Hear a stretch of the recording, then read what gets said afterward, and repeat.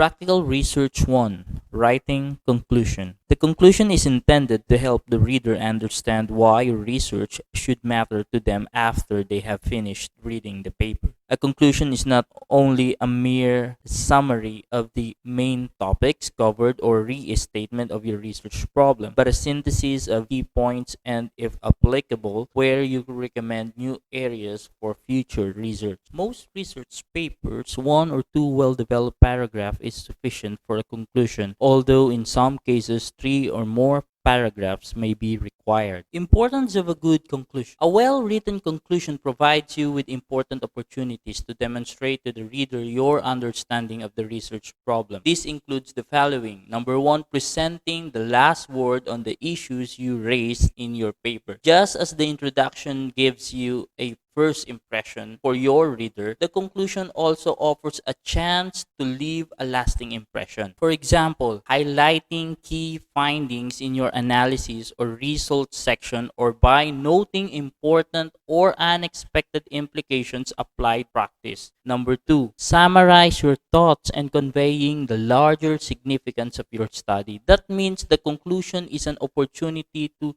succinctly answer the so what question by placing the study within the context of how your research advances past research about topic. Number three, you have to identify how a gap in the literature has been addressed. The conclusion can be where you describe how a previously identified gap in the literature has been filled by your research. In short, in the previous researches, what was lacking in their research that you have filled in. Number four, demonstrate the importance of your ideas. Don't be shy. The conclusion offers you the opportunity to elaborate on the impact and significance of your findings. What is the result of your research? What are your findings? Never be shy to talk about it, to discuss it in your conclusions. Number five, introducing possible new or expanded ways of thinking about the research problem.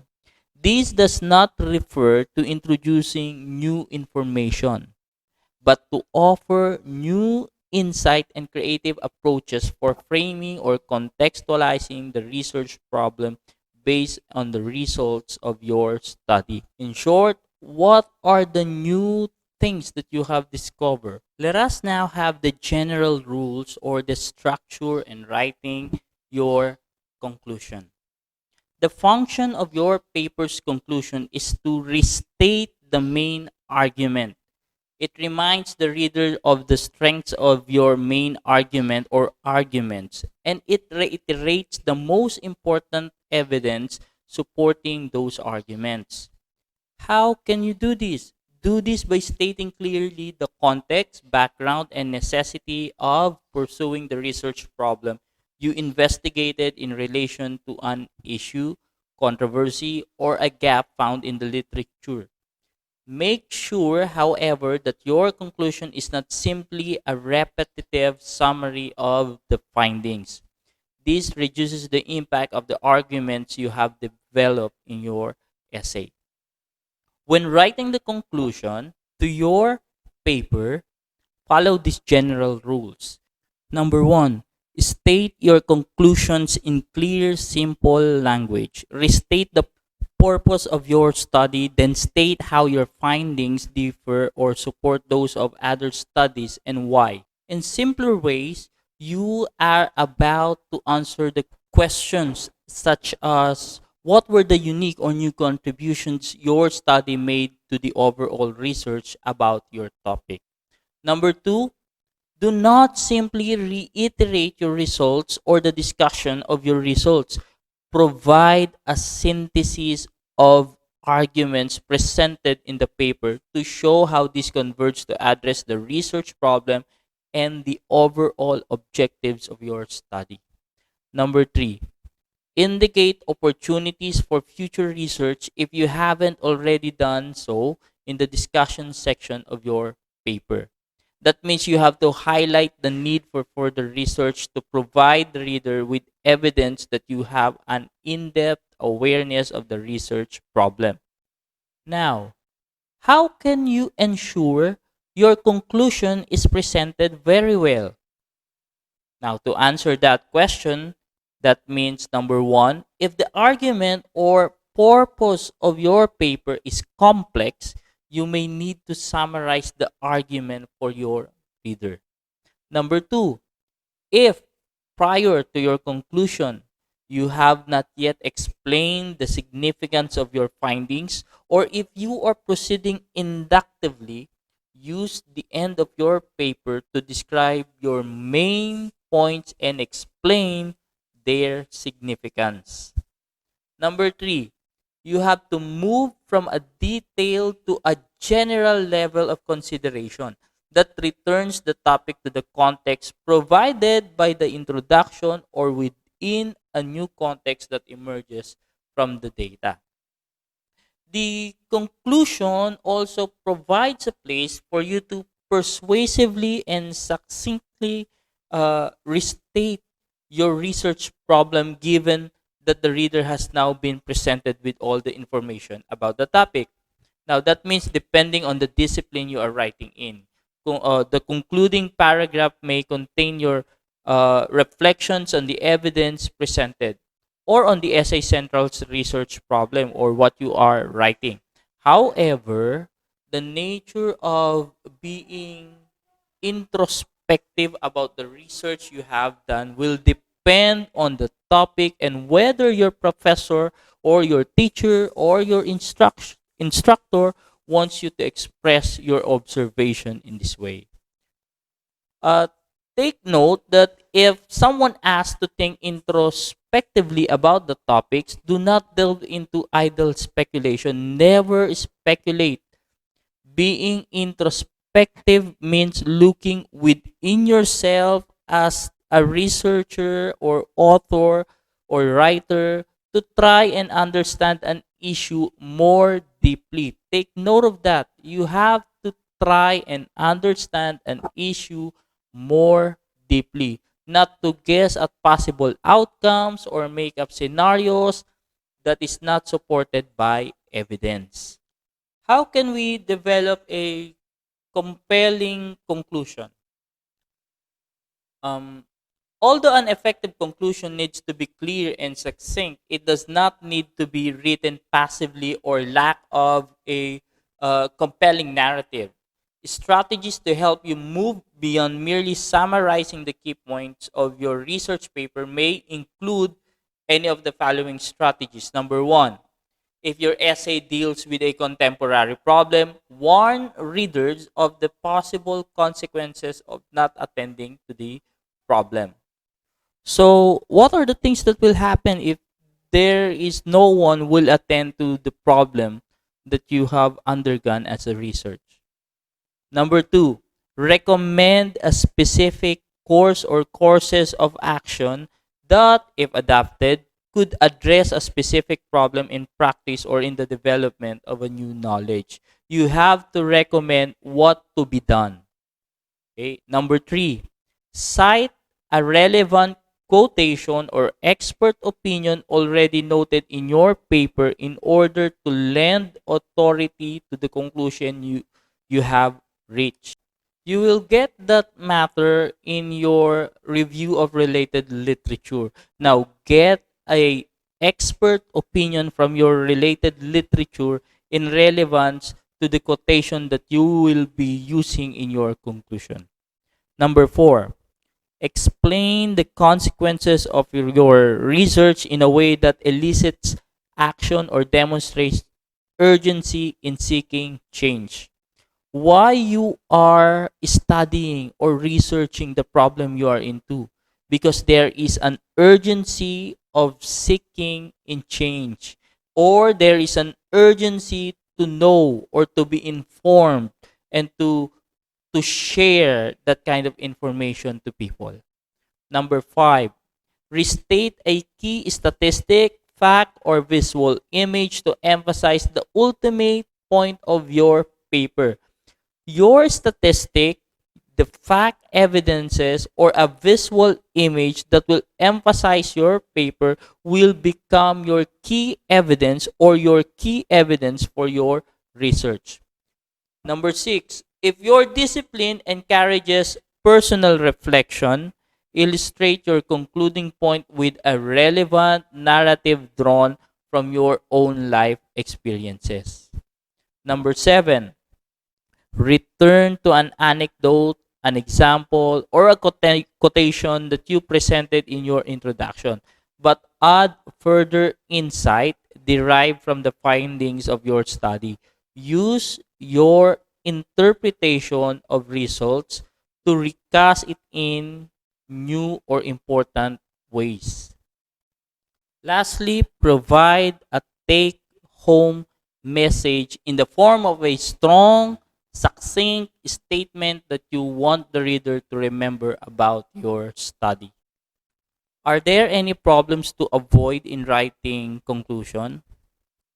Yes, there are writers and researchers fail this to do so in writing their conclusions. Number one, researchers fail to be concise. Your conclusion section should be concise and to the point. Conclusions that are too lengthy often have unnecessary information in them. The conclusion is not the place for details about your methodology or results.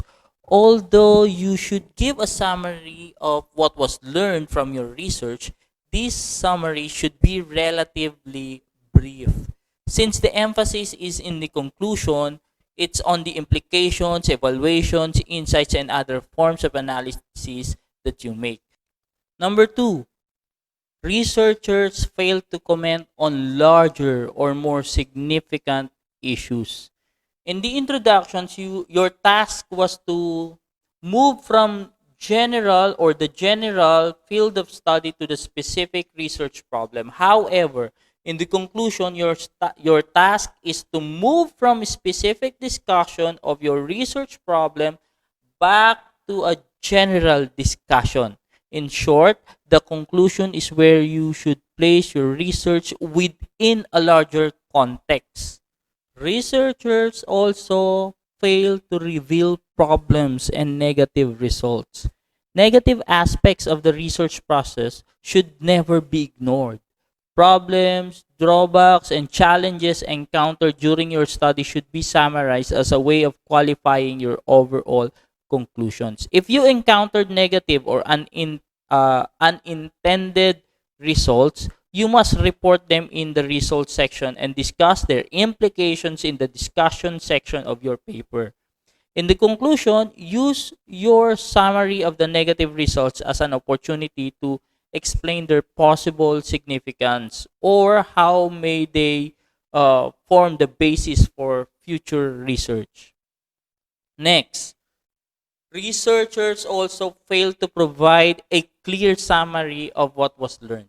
In order to be able to discuss how your research fits back into your field of study and possibly the world at large, you need to summarize briefly and succinctly how it contributes to new knowledge or a new understanding about the research problem.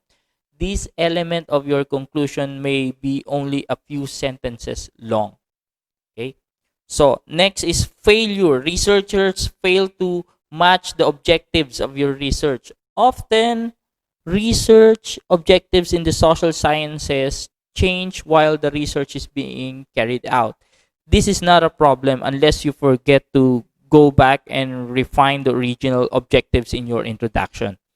As these changes emerge, they must be documented so that they accurately reflect what you were trying to accomplish in your research, not what you thought you might accomplish when you began. Next is to resist the urge to apologize. Sometimes researchers at the end of their research, they do apologizing. They apologize. If you have immersed yourself in studying the research problem, you presumably should know a good deal about it. Nevertheless, by the time you have finished writing, you may be having some doubts about what you have produced. Take note that you have to repress those doubts. Don't undermine your authority by saying something like, this is just one approach to examine this problem. There may be other, much better approaches. That's an apologetic way of discussing your research problem. The overall tone of your conclusion should convey confidence to the reader.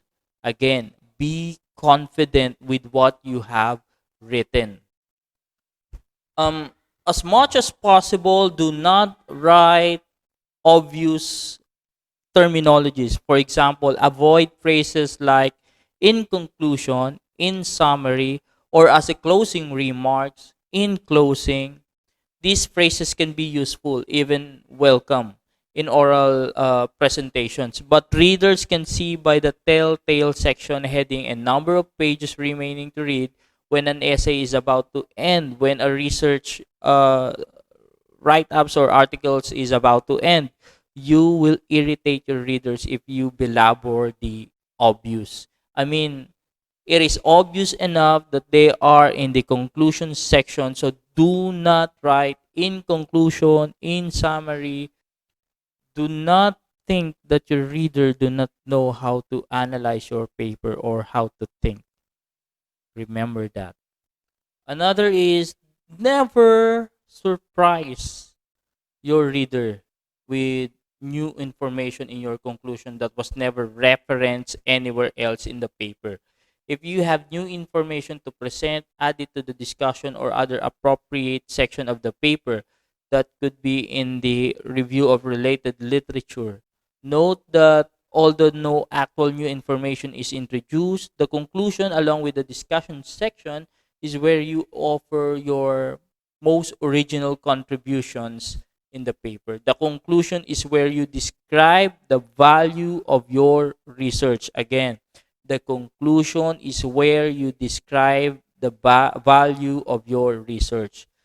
It demonstrates that you understand the material that you've presented. You have locate your findings within the larger context of the topic, including the describing how your research contributes new insights or value to the academe, the scholarship, to the school, to the greater context in research.